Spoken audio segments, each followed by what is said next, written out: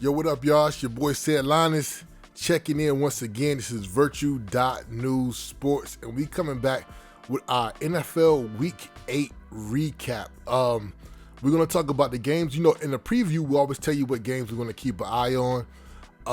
We're going to talk about those games and the results of those games today.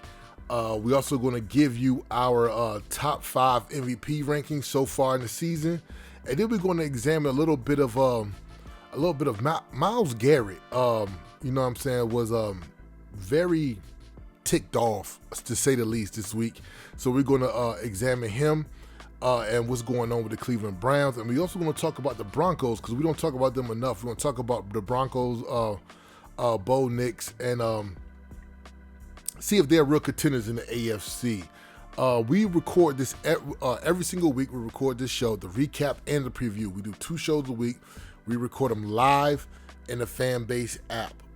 So make sure that you download the Fanbase app and you join our camp, the Virtue.News Sports camp, so that you will be notified every single time that we go live into an audio room. Also, I don't have the link up, but I could do that later.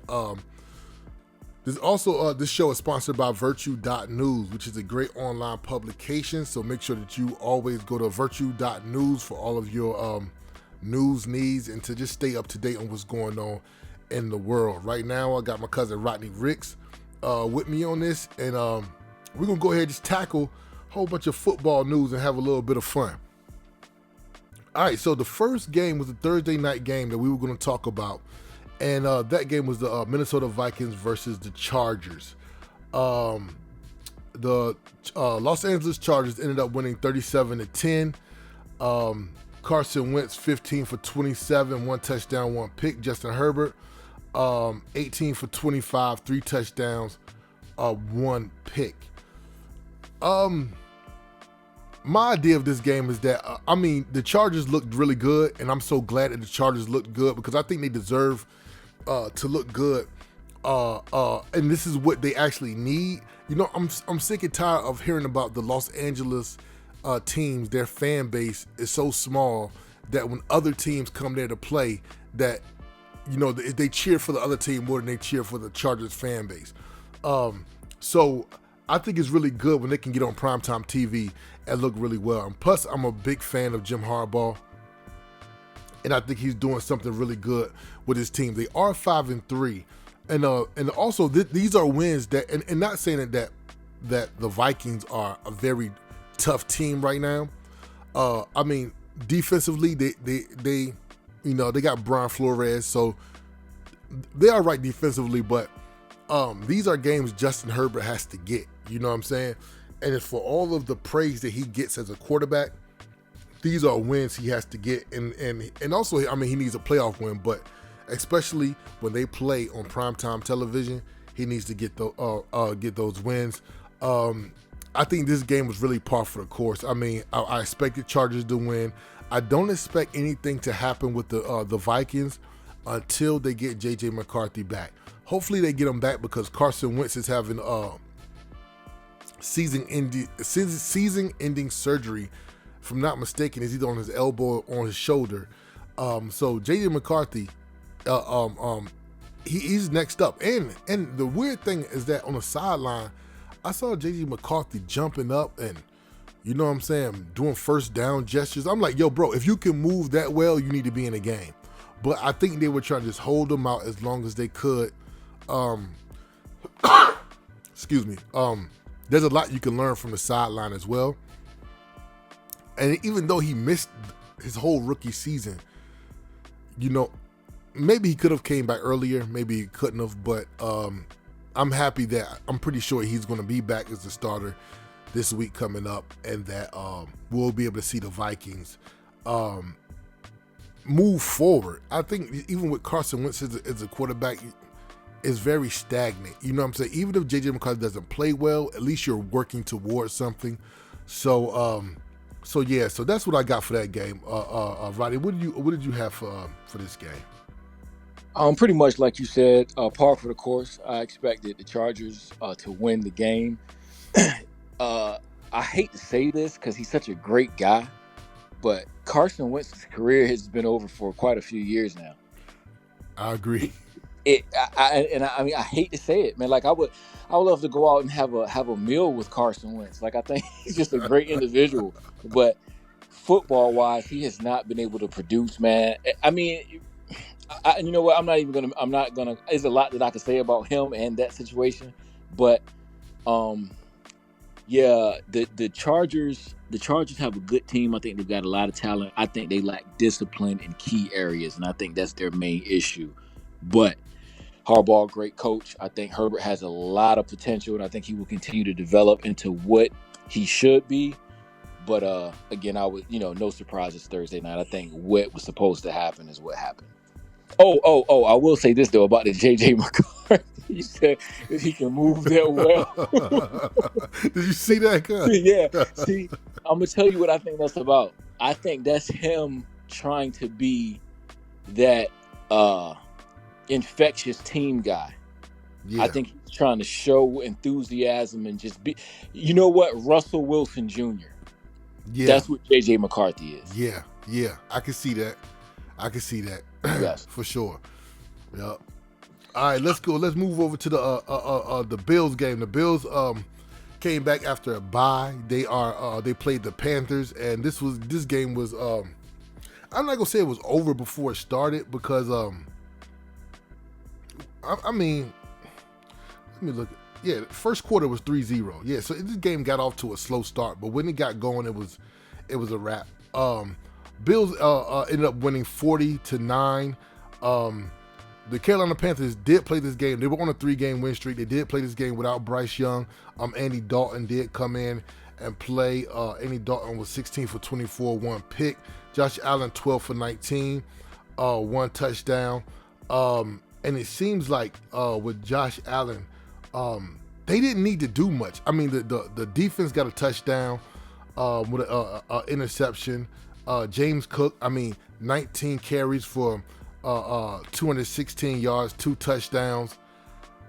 You know what I'm saying? It was I hate to say in the NFL it's an easy game, but this ended up being a very easy game for the Buffalo Bills. And this is kind of what I wouldn't say a statement game. This is kind of what they wanted to do after a bye. After a bye, you want to get back to the swing of things. You want to come out and you want to win pretty handily. And that's what they did. They won. Their record moves up to 5-2. Anything to say about this game, Cuss? Not too much, man. I mean, it could have been Bryce Harper or Andy Warhol at quarterback. It wouldn't have made a difference, man. And like you said, I hate to say in the NFL that there's any easy games, but with that being said, I'm gonna go as far as to say that the Carolina Panthers have overachieved already. Yeah. This year. Yeah. So I mean, they're. But is the jury still out? No. Man, I already know what you're gonna say. I never believed in them from day one. So I hate to say that as well. I hate to say it. I don't even know if I was ready to say that publicly, but I'm glad you did. But yes, but yeah, that's what I'm saying. And look, I'm happy that they got the 3 in a row. Yes, you know what I'm saying? Too. Like I'm happy. Mm-hmm. I'm happy. Not wishing anything bad on the Panthers or Bryce Young, but it's just like I just didn't believe he would be that good of an NFL quarterback, a backup at best. And so getting those 3 wins is very good, but then getting hurt kind of hurts that continuity that they need. Mm-hmm. So I wish he really played in this game, but hopefully he'll be back next week, and then we can see what else is going on. But they seem to not be interested in any other quarterback talk or anything. And I read a couple things just about their coaches being solely interested in Bryce Young, which is good that he has that type of backing. You know what I'm saying? I like it. Yep. So we'll keep an eye on what they do for the rest of the year. The next game is the 49ers versus the Texans, which is which we almost talked about this over the phone until I was rudely interrupted. But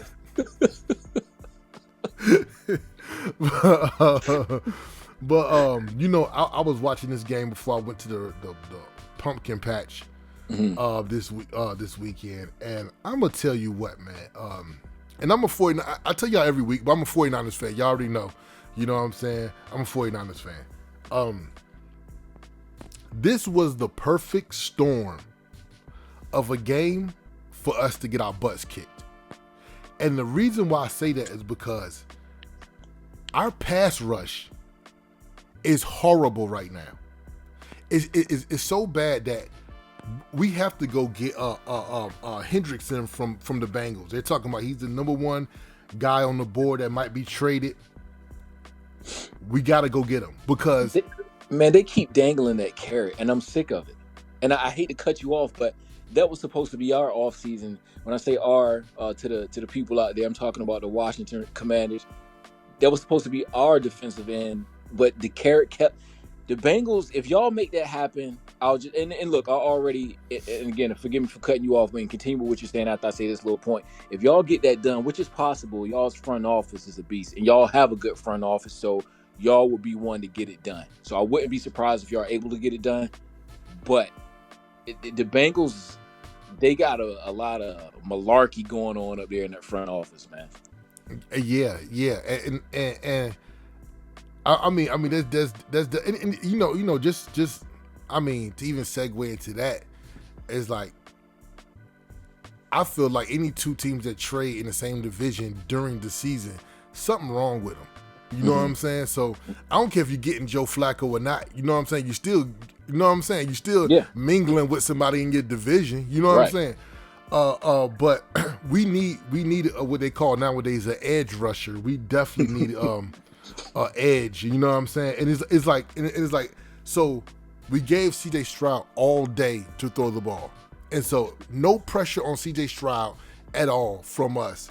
He's going to be able to make those throws and make those throws accurately.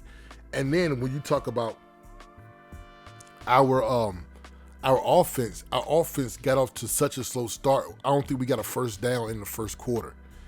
And so now our defense is being left out there for a very long time. And I'm part of it too. I'm yelling Mac Jones and things like that.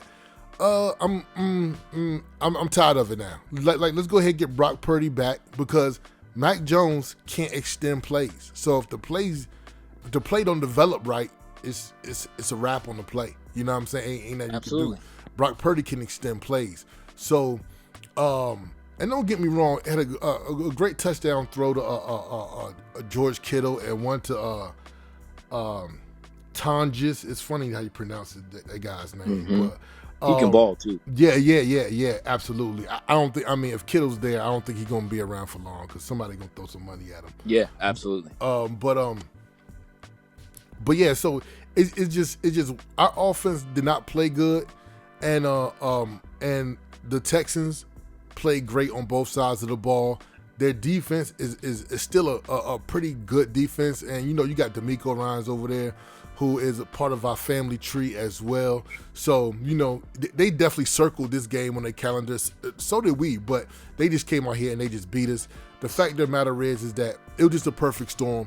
If we get Brock Purdy back, we get Ricky Pearsall back, we get Brandon Ayuk back, and we do a trade and get an edge rusher or somebody on that line that can put some type of pressure on the opposing quarterback, we could find ourselves in the playoffs. If we don't do that, we're not going to the playoffs. And the Texans, this was a good win for them. You know what I'm saying? It's a win. They were slipping into the other direction, and they was able to get a win 3-4. So this keeps them in some sort of a hunt and some sort of a race.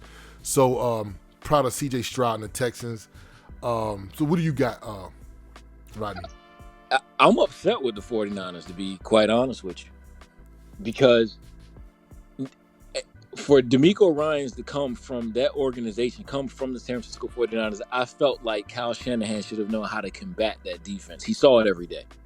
Yeah. Not only that, but Nico Collins didn't play. Facts. It's almost like they were in a sweet love hangover from Fred Warner's injury. And look, mind you, D. Winters got hurt in this game as well. Yes. I think those guys were emotionally distraught, and I ain't even joking. Like, I think that they felt sorry for themselves and let that be there's no way the 49ers should have lost this game. And I'll say this about the Mac, because I think Mac Jones can get the job done. I'm going to tell you what I think is going on with this Brock Purdy. Man, Brock Purdy got the Deion Sanders syndrome. He got that turf toe. Turf toe in the career. They are scared to bring this man back if he's not 110. He can't 100% ain't gonna do it. He's got to be 110%. And this means that, and I'm gonna tell you, I'm surprised that they haven't thrown Brock Purdy on IR. Me too. Me too. Because, give him that mandatory 4-game minimum and see what he's got. Let him rest. If they rush him back, I told you when we spoke, I think that this loss solidifies the fact that they won't make the playoffs. If they rush him back, that'll further cement that. So I just think this was a very tricky game for the 49ers. I think it was one that they should have won, and I think it's one that's going to prove to be detrimental down the stretch. In the preview, the Week 9 preview, we're going to talk a little bit more about Brock Purdy and his injury, because he keeps on coming back to practice, and then it's almost like a weekly evaluation. Like, he'll come back to practice, we evaluate him, and then we'll be like, oh, he can't go. That's what Terry McLaurin was doing. Exactly. Let him sit. You know what I'm saying? And it's just. But like I said, I hope that turf toe ain't the Deion Sanders turf toe, because you know what I'm saying? Because we just paid him, we need him back. You know what I'm saying? And Christian McCaffrey was actually like I said, he was hitting this stride, this midseason stride, where I really thought that he was about to take off and start having a great year. But I just think the offense just could not get going this week. So let's move over to the New York Giants versus the Philadelphia Eagles. Now, the Eagles won the game 38-20. Scatterboo, it looked like a broken ankle, a dislocated ankle. I think it's dislocated ankle. So he's probably going to be out for the season. Yeah, definitely. Jackson Dart, 14 for 24, 1 touchdown. Jalen Hurts, 15 for 24 touchdowns. Saquon Barkley got going early. This was just part of the Eagles' way of winning. You know what I'm saying? They started off, they made sure they got Saquon Barkley involved really early. And they Saquon's 14 carries, 150 yards for 1 TD. Few explosive plays. Devontae Smith, 6 receptions for 84 yards. This is just a quintessential Eagles win. I do think when you talk about emotional hangover, I do think the Scatterboo injury did linger with the New York Giants because he scored early in the game, and it seemed it was a pretty, you know what I'm saying, back and forth tight game early until it got a little blown over. But Eagles got back into a winning fashion. Do still think that the New York Giants have something to be proud about, because I do think they found their quarterback, and I'm still on that. They definitely found their quarterback. But Eagles got back to their winning ways. They're back at 6-2. AJ Brown did not play today, and it seemed like they were just a much happier ball club on the field. I don't want to say that. I don't want to be that guy. Be that guy, man. I don't want to be that guy. But look, they were happy. You felt like Jalen Hurts, he wasn't forcing the ball to nobody. You know what I'm saying? How you pronounce my man name? Goddard or Goddard? Dallas Goddard? Yeah, Dallas Goddard, yep. Dallas Goddard with 2 touchdowns. They even got Dotson with a great with a Moss, what they call a Moss, exactly. Or whatever they call it, with a touchdown. So Eagles is moving the ball every which way they wanted to. I will say this though. There was a play in this game where you know what I'm talking about. It was all weekend. Yep, tush push. And my man, I don't know exactly who it was from the New York Giants. I can't remember. I think it was either Burns or Dad. What's my man? Thibodeau. It was either Thibodeau or Burns. Yeah, exactly. Yep, exactly. They so Thibodeau or Burns ripped the ball out of Jalen Hurts' hands as he's getting tush pushed to try to get the first down. And it's a complete fumble. Now, they try to say that they blew the play dead before he ripped the ball out of his hands, and that's forward motion or whatever. Listen, you can go watch that video as many times as you want to. That play was live. He was still pushing. That play was not dead, and that was absolutely a strip fumble, and he probably could have scored. He probably could have went the other way and scored. And I just wonder about things like that, because if the main thing is to review plays and replay things and get it right, how come you can't get it right when it's completely visual, audible, everything? That play was not blown dead. He was still playing, he was still live, and he just got the ball ripped out of his hands when he tried to put the ball over for the first down. You know what I'm saying? I don't get it, but what you got to say about this game? Because this game came on TV on the East Coast, didn't it? Yes, sir. Okay, yeah. What you got to say about that game? Steve Zabin, fellow Commander fan like myself, said it best. Instant replay is a false prophet. Yes. And I couldn't say it any better, but all we have to do on that particular play is go back and look at every other tush push play in the history of Philadelphia Eagles, and you see how long they let that play linger. Guys will be pushing to the point where the whistle should be blown, and they'll let them just keep going. So on this one instance where the ball comes loose, they blow the whistle and call forward progress. That's a crock, man. It was a fumble. It was clear. The world saw it, but again, that's me getting back into what I was complaining about a couple weeks ago about what this league has got to clean up. Yeah, and like you said, and that's a great point. Sometimes on these tush pushes, they let these plays go almost until he gets the first down. Yes, they'll be pushing for 7-8 seconds, yes, bro. Yes, absolutely. So to sit back and think that those refs blew that play dead in that amount of time, no way. It's preposterous. It just didn't happen. And I think this is the type of thing that, to be honest with you, I think this is the type of thing that needs to be reviewed on. Take this play, and then the NFL PA or whoever do these the refs or whoever do these deliberations about the rules and what is.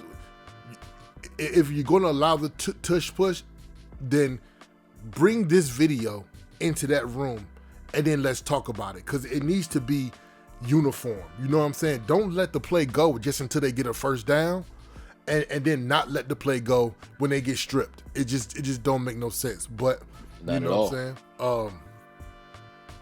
Okay, so let's move on to Sunday night.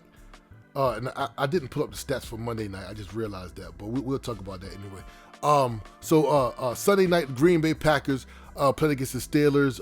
Green Bay Packers won the game 35-25. This was Jordan Love and Aaron Rodgers getting reunited like peaches and herb. You know what I'm saying, for the other game. I don't know if both of these guys circle this game on their calendars. It's just some little inner competition thing. But they both came out throwing. You know what I'm saying? They both looked pretty good. Love had 29 for 37, 3 touchdowns for 360 yards.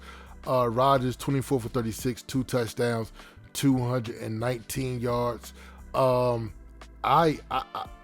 mean, I can't remember which team I picked to win, but I think I picked Green Bay. Green Bay is 5-1-1. I think they're starting to play better, and it's and you know, I was listening to the radio, and they were saying that we always say that Love is right around the corner of being a good quarterback, and we never say he's arrived. We never say that he's here and that he's playing well. We just always like to say that he's like on the come up. What I believe that he is here and he's playing good and he's playing very well. I do believe that the Pittsburgh Steelers are a little they're a little slow, man. and I don't know what it is, but it's The just like, defense is beleaguered. you know what I'm That saying? defense, man. You know what I'm saying? It's just like they got to get it together. I think anytime they play against teams that they can't bully, so to speak, or teams that can't score quick points, they're going to have problems, man. And you know, I do like Aaron Rodgers with Pittsburgh. You know what I'm saying? I actually wish that he would have went here a couple years ago. Sooner, yeah. You know what I'm saying? Because I do think it's the best for him, and I do think that this will not be his last year. No, they want him back. They already trying to sign him for next year. They already trying to sign. Okay, Yep. so that makes sense. You know what I'm saying? And I do believe this is going to add years onto his career. You know what I'm saying? But right now it's just that defense and even sometimes I mean the Rodgers to Metcalf thing that's real. And Aaron Rodgers, man, I mean I ain't trying to. I mean it's whatever, but Aaron Rodgers, I mean there was a couple plays where like he was like Nostradamus out there. I mean he just knew what the defense was going to do. I mean, he was hiking the ball and just getting rid of it. I mean, and it was just on accurate, on time. You know what I'm saying? And the defense didn't even have a chance to even move, to even try to even deflect the ball. You know what I'm saying? So Aaron Rodgers is Aaron Rodgers. We're gonna go ahead and give him his props. You know what I'm saying? I think they're borderline. Their AFC is a little tough, and they're gonna be a borderline team, or whether or not I believe they're gonna make it to the playoffs, but they might end up coming in there as like a 7th seed because they still got some things they need to work on. But the Green Bay Packers 5-1-1. Yeah, they're playing really good. Yeah, and the thing is, the conversation is always, even though Green Bay did beat Detroit, is Detroit better than Green Bay? I still think Detroit is better than Green Bay, but we'll see how it shapes up. But Rodney, what did you think about this game? I second that. I think Detroit is, I'll actually say, a much better team than Green Bay. I think J-Lo played well, man. But see, I think the whole thing about him arriving or being around the corner is because he'll have a game where he plays these lights out, and then he'll have another game where it's like subpar. Yeah.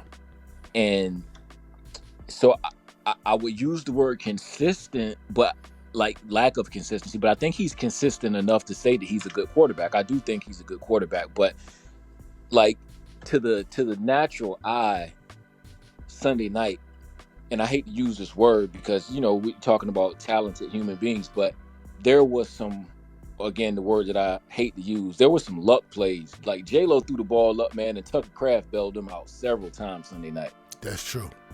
Absolutely. You know, so if it was, and we could play the if, you know, woulda, coulda, shoulda, but if he had a less talented tight end, which for him, thankfully, he doesn't have a less talented, but if he had a less talented tight end, you would have saw some interceptions. You would have saw some, you know, poorly thrown, incomplete passes, things of that nature. But, you know, they practice together and they, you know, on the same page, you know, so I give them credit. I give credit where credit is due. Like I said, I wouldn't say that, I think both quarterbacks played well, but Green Bay has a defense and Pittsburgh does not. Absolutely. Okay, let's move over to the Monday night game. I forgot to bring the stats up. It's all good. We don't need them. The Washington Commanders played the Kansas City Chiefs on this Monday night. If I'm not mistaken, the score was 28-7. That was correct score? Yep. 28-7. And the Kansas City Chiefs just like I said, I think we've been saying this starting from last week or even the week before. I think we've been saying that they've been playing like they're the best team in the NFL, and so I think they're going to be off to the races. I think they're going to win a lot of games coming up. Patrick Mahomes is looking really good. He has so many weapons, and it's like every week it just gets broader and broader. They have so many weapons that they're not even thinking about Tyquan Thornton anymore, and he was the guy leading the team, him and Hollywood Brown, the first few weeks. And so Travis Kelce is is playing well again. Rashee Rice, Pacheco, Juju, Hunt. We could just go. We could just really just go all day. And my thoughts on the Commanders, I thought y'all came out playing very spirited football, and so I really thought that y'all came out the gates, and I was like, man, if they would have came out the gates like that in a couple of these other games, y'all would have had wins. You know what I'm saying? Like, y'all record would be 5-2 or something like that, other than what it is now, because I felt like y'all were really ready. You know, it's almost like y'all knew that Jalen Daniels wasn't going to be there, so y'all came out to overcompensate for him not being at the quarterback position. I thought y'all played really well, but then the Debo non-catch that turned to an interception and things like that happened. But I don't want to write the Commanders off, but the Commanders just has to be healthy. And look, Terry McLaurin still is like, he still makes some unbelievable catches. In that, even the one on the sideline where he got his knee in, he dove for the ball, but got his knee in. They had to review the play. There's only a couple receivers that can make that catch to me. You know what I'm saying? But But with that being said, the Kansas City Chiefs went out there and got the job done. Washington Commanders just got to get healthy, and it's just a matter if they can get healthy and then go on a run, maybe they can. But until then, you know what I'm saying, you're probably going to see them lose a few games. But hopefully Daniels can get back. With that, it's still his hamstring, right? Soft tissue injury, and I know some of the time that takes time, but hopefully he'll be back next week. But what do you got, Rodney? They've got him slated to play Sunday night against Seattle. We'll be at home against Seattle. I think ultimately it's too much to overcome, just like how you was talking about y'all possibly getting Trey Hendrickson. Like I said, our team has been flirting with that since the offseason, but at this point we've got 2 starting edge rushers out for the season, and then we've got 2 backups out for the season at the same position. So that's we don't have any depth. We've got too many key injuries to overcome. I thought that it was an uphill battle coming out of the gates with us having to play Kansas City and the refs. My phone was blowing up last night about what are they doing to y'all? What are they trying to do? This, that, and the third. Like, it was, and I'm not saying that's why we lost, but I'm going to say that that's why we became demoralized early, but we still had a chance to win. Going into that third quarter, the Chiefs are just a better team. They've got more depth than we have, so they were able to withstand the storm. We couldn't. Our umbrella got taken away by the wind, and they've got umbrellas, ponchos, and some more stuff. So they're a better team, and again, they were just able to dig their heels in and withstand. Put it like this: they played 60 minutes and we didn't. Right. Right. Yep. I believe that as well. So let me just reset the room. Then we're gonna do the MVP rankings, and we're gonna talk about Myles Garrett for a second. We're gonna talk about the Broncos. This is the Virtue.News Sports Show. We always record on Tuesdays and Thursdays. We do the recap of the prior week, and then we do the preview of the upcoming week. This is sponsored by Virtue.News, an online publication, and we always record live on the Fanbase app. So make sure you download Fanbase, join the camp Virtue.News, so that you will be updated every single time that we go live in the audio room. My top 5 MVP rankings for this week. Number 5, I got Baker Mayfield. He didn't throw a touchdown this week, but they still got a win, a handedly win. They beat the Saints, and do not write the Bucs off. So I got Baker Mayfield coming in at number 5. Number 4, I got Patrick Mahomes. They got the win over the Commanders on Monday night. I think they're going to hit a stride, and I think he's somebody that's probably going to climb up this MVP ladder really soon, even more than he's doing right now.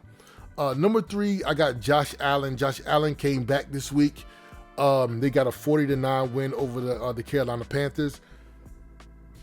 Excuse me. Yeah, and Josh Allen was Josh Allen, extending plays, doing what he do.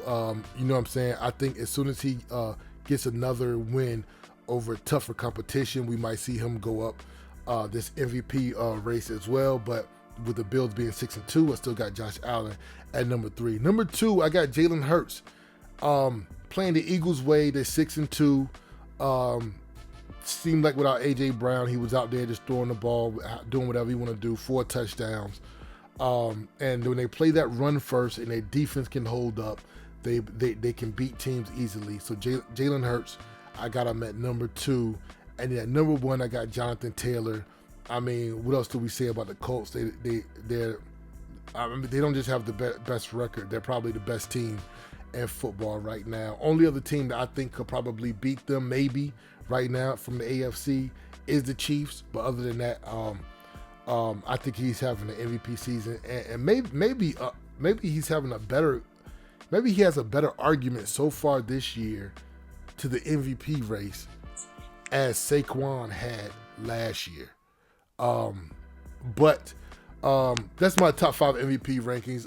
Rodney, who did I leave out? Who do I think I should have in the top 5? That's a pretty good list. But I'll just say this, man. The other guys are just like French salad dressing, ranch salad dressing. It's only 2, man. You got Italian dressing and you got Thousand Island. And I'm gonna tell you what the Italian and the Thousand Island are. Italian is Patrick Mahomes and the Thousand Island is Jonathan Taylor. That's it, man. That's the MVP race. There's some other guys balling out there, man. I think Bo Nix is balling. I think Indiana Jones is balling. You know, it's some guys out there that's balling, man. And the list is good, but we haven't had a non-quarterback MVP since like 1874, and that was Adrian Peterson, if I'm not mistaken. You know what I'm saying? It's straight up. So you know it's gonna be hard pressed for a guy to get it, and the way, because look, all right, as angry as I was last night, and I'll just go back to this game as a reference point. Patrick Mahomes had pressure on him last night, and we lacked pass rush for the most part just due to all the injuries. But almost every pocket he was climbing, not every, but almost every pocket he was climbing was a dirty pocket. Yeah, those pockets were not clean, and he was climbing them, he was maneuvering, and he was throwing the ball for 9 yards, 17 yards, 20 yards. And I'm just like, can somebody, like, where's Tanya Harding's people when you need them? Yo, you ain't lying. You ain't lying. You know, we done faced that cat 2 times in the Super Bowl, and it's like, I'm gonna tell you what's so funny is that last Super Bowl a couple years ago when we played against them, I knew that, Booby, we were up. When we came down and we kicked field goals on like our 2 first drives or whatever, I said, we're going to lose. Booby, I'm calling that we're going to lose the game in the first quarter. Yeah, man. Because I knew that once he gets going, it's just you can't. He know what he's doing. I mean, you know, he's a special guy. He really is. Yeah. He's a special guy. It's just what it is. But I believe you. I do believe that when it comes down to week 17, the talk is going to be Patrick Mahomes, Jonathan Taylor. The only thing about Jalen Hurts that's like, okay, like maybe he can be an outside third is that, and I'm not saying that I foresee the Eagles winning this much, but if the Eagles have a handily winning record where they're like, you know what I'm saying,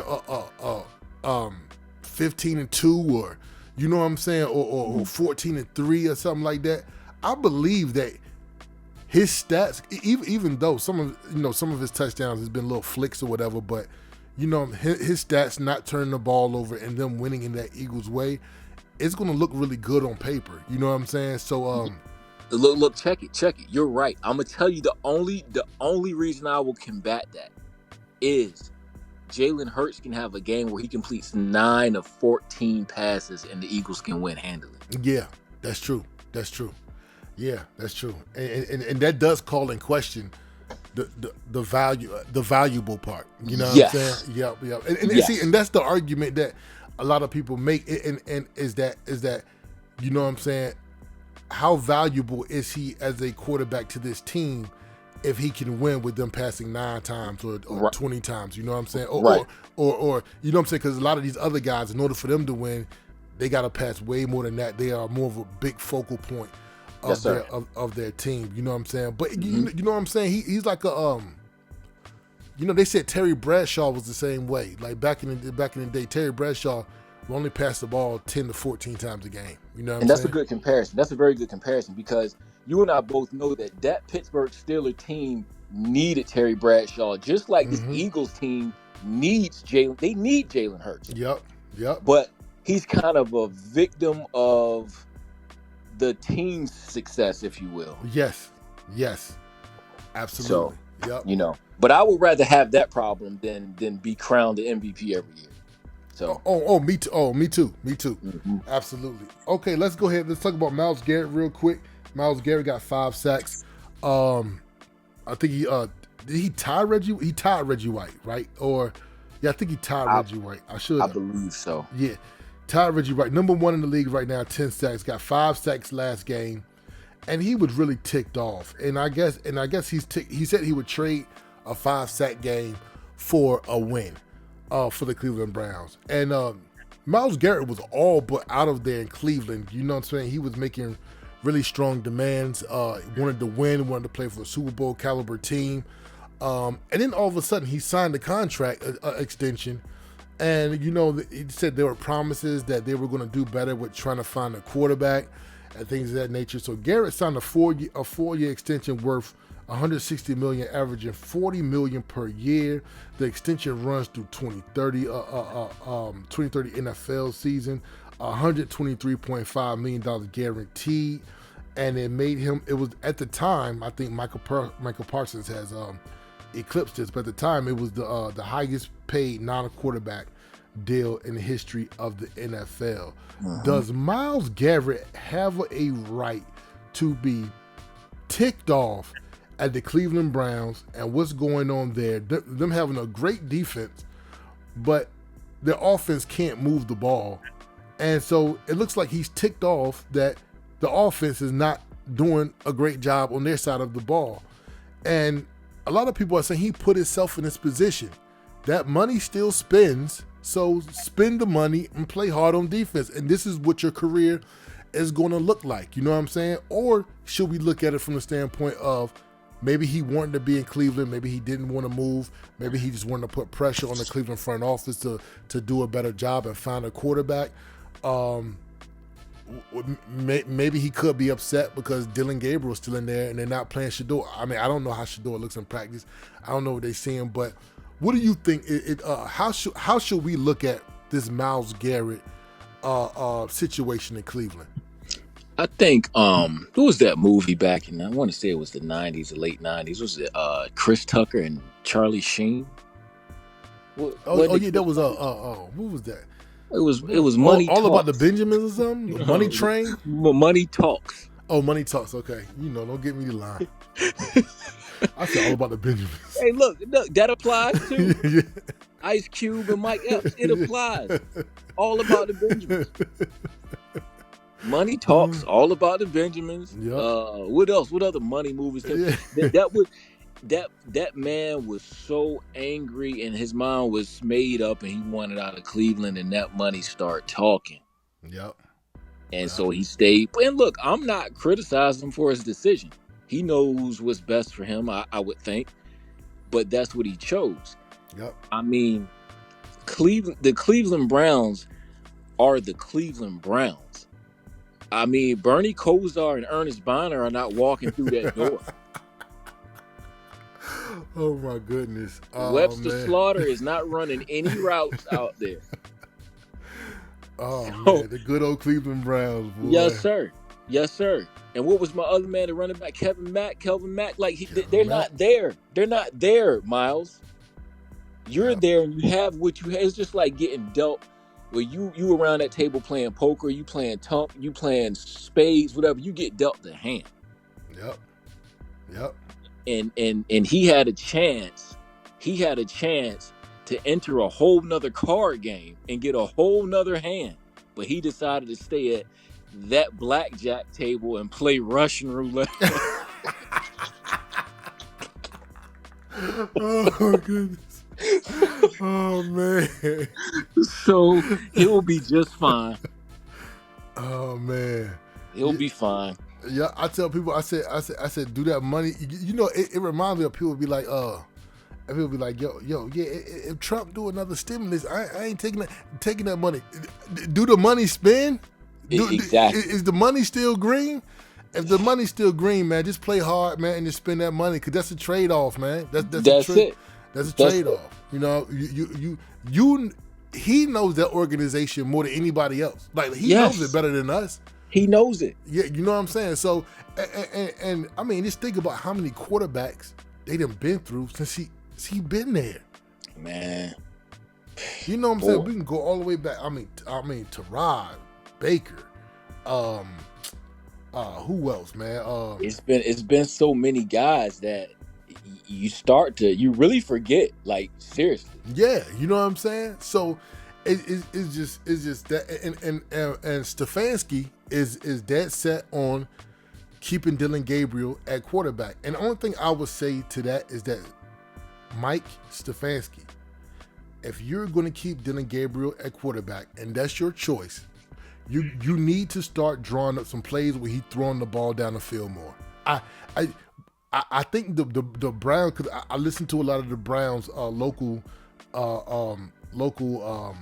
local radio, because they're just so ticked off that it's actually funny when I listen to it. They just be cussing and everything, but they're tired of 5 and 6 yard passes every single time.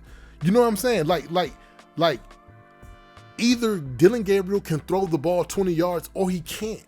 And it's like, if he can't, and he's just throwing the ball 5 and 6 yards down the field, that's a problem. I don't know. Do they have the personnel to meet? First of all, you got to consider his skill set, because Jerry Jeudy can go deep, but do they have? Because look, going deep is more than just running a fly route. That's true, but Booby, it's just like when we play Madden. You know what I do sometimes? First down and 10, I just drop back and throw that joint 50. Uncle Rodney do the same thing. I just drop back, throw that joint 50, 60 yards. I don't even care. Right. I ain't worried about whether or not I catch it or not. I'm trying to get a defense a million different things to think about. Right on. No, I get it. But this is I was gonna say this earlier when we were focused on Myles Garrett. Myles Garrett is the leader of that team, not just defense, but the leader of that team.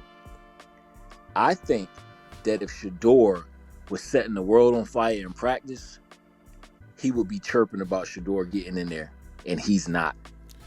And that's the thing.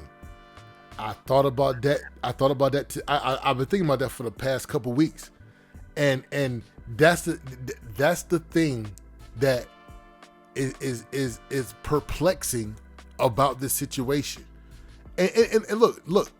And you know, not only just Myles Garrett, you would see a tweet. You know, these guys tweet nowadays. You would see something. Sir. Yep. You know what I'm saying? And you know, we never seen. We saw Shedeur play in a couple preseason games. Mm-hmm. You know what I'm saying? Not sure what he looks like day to day. You know what I'm saying?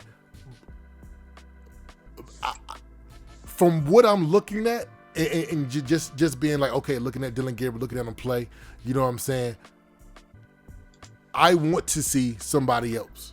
Now, I could be totally in the wrong. I ain't no football coach. You know what I'm saying? I ain't working no front office. You know what I'm saying? I'm not with them in practice every single day.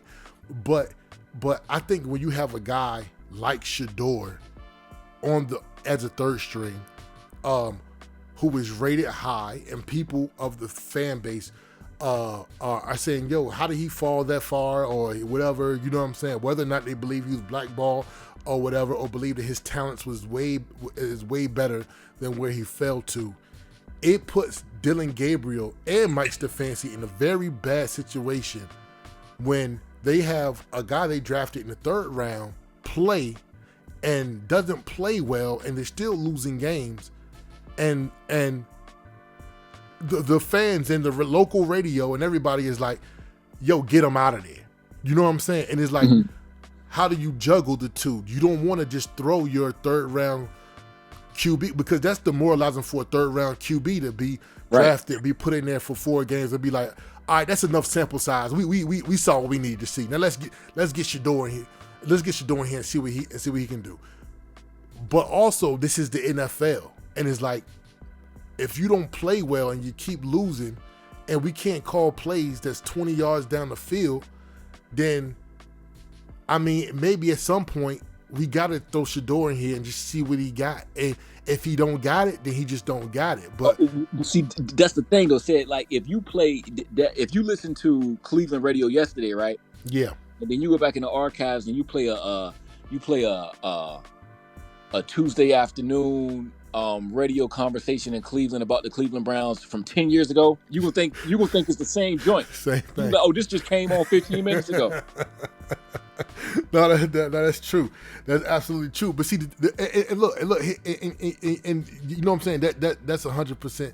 That's 100% true. And I think the main thing is just like, yo, like, it all boils down to, I think people just want to see what Shador got.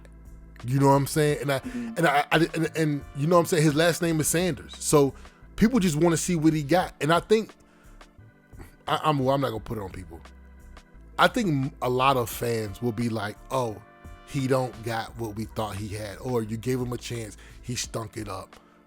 Let's go somewhere else. But you never know. You know what I'm saying? So, right. But if I just put my general managers or coaches hat on, you know what I'm saying, going to a bye week, I would give Dylan Gabriel one more game. And I would say, and if we can't, and I would call some plays down the field. If he can't make the throws, if we get beat handily again, our offense is not moving the ball, I would follow up with starting Shador and then just see what happens. But I was listening to Jay Gruden, and he was like, that's the worst thing to do, because he did that with Kirk and RG3, and he said it's the worst thing to do to keep pulling these young quarterbacks in and out of the starting lineup. So I agree. Yeah. I mean, they've been dealing. Look, like you said, Baker Mayfield, and you got the Deshaun Watson. You got one of y'all former 49er, Nick Mullins, Jacoby Brissett. I mean, they've been playing musical chairs for a while, man. And at some point, I'm thinking it's just like the situation over with the New York Jets. A lot of times, it's not the quarterback, and I think Daniel Jones and a few other guys have proved that. It's not always the quarterback. Sometimes it's the organization. Yeah, absolutely. So I'll sum that up with that, man. I Cleveland is a problem, I think, but that's just my 2 cents.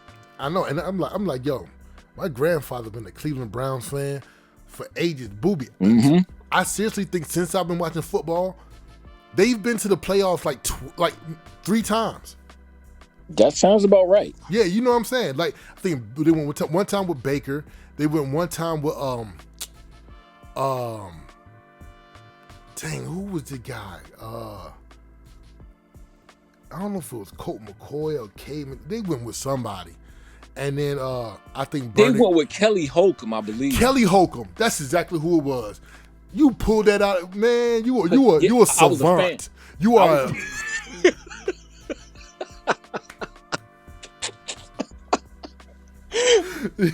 You are absolutely right. I was a Kelly Holcomb fan, though. Yes, so, Kelly Holcomb. They went with Kelly Holcomb. Yeah, they had Dennis Northcutt at receiver. Boy, yo, that's crazy. They had a squad. Yes. Yep. And then I think other than that, it was Bernie Kosar. You know what I'm saying? It was them, and that was it. That's the only times I can remember them even making the playoffs. But let's real quick. We're gonna go over the Broncos. The Broncos. With Bo Nix, they are trying to find their record. They 6-2 and 5-2. I think they're 6-2. I think they did just win their 6th game as well. I mean, them dudes, they are playing lights out, man. Like they really are. They really are. And they beat the Cowboys easily, 44-24. They got the Texans coming up, the Raiders. Then they got They the got, Chiefs and the Commanders. They got two very, very, very, very winnable games coming up, which will land them at 8-2 if they handle business the way they should before they play the Chiefs. Are the and they can beat the Chiefs. I'm sorry, I'll just throw that in. They can.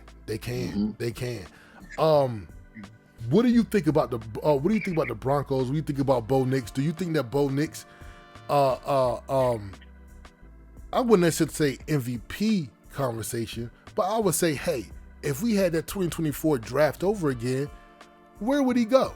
You know what I'm saying? Great question. You know what I'm saying? So that's a conversation that's had all the time.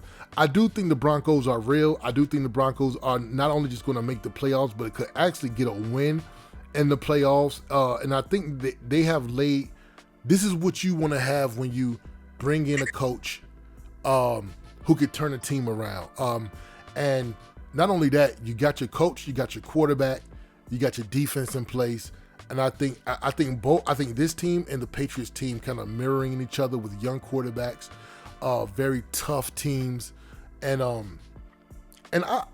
will never forget that when the Broncos beat the Eagles, that offensive line was punking that Eagles defense, and that you know what I'm saying. So they are a very tough team.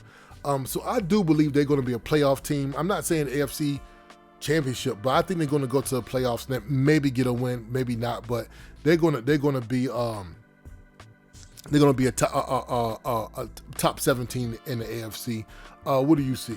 They're talented enough to get to the AFC championship game. Not saying that that's what's going to happen, but they are talented enough to make that happen. I don't know if you remember last week I made mention about them. I was talking about Sean Payton. I was always a believer in his coaching ability. I think he's one of the better coaches in the league. And then I said I was just bringing it up in reference to Buffalo. I was saying if Buffalo had to play the Broncos this week instead of the Carolina Panthers, I think that the Broncos would win. That was on last week's show. Yep. The Broncos are definitely for real.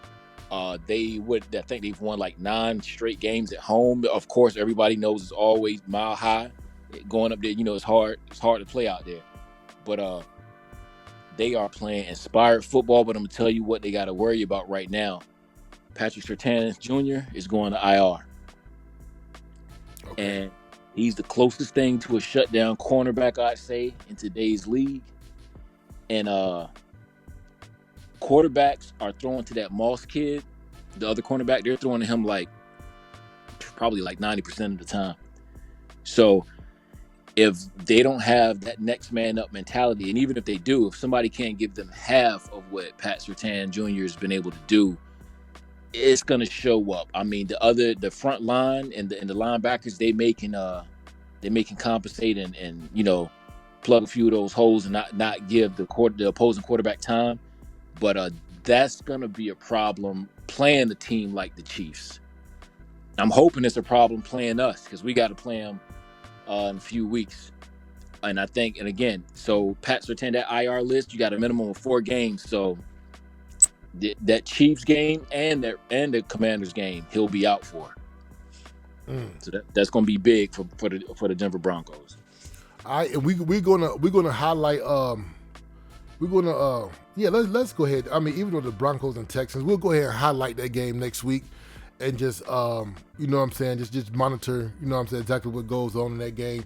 I mean, the Texans definitely need another win to start talking about them, and so we want to see what the Broncos do in that game. But yeah, that's the show. Make sure y'all catch us on Thursday so we can give y'all the preview of week 9.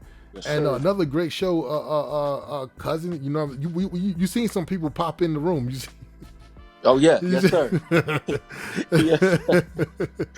Oh man, it's just funny, man. But yeah, cuz we will holler at them again next week, and I'll talk to you later. Okay, right on. Have a good one, cuz. All right.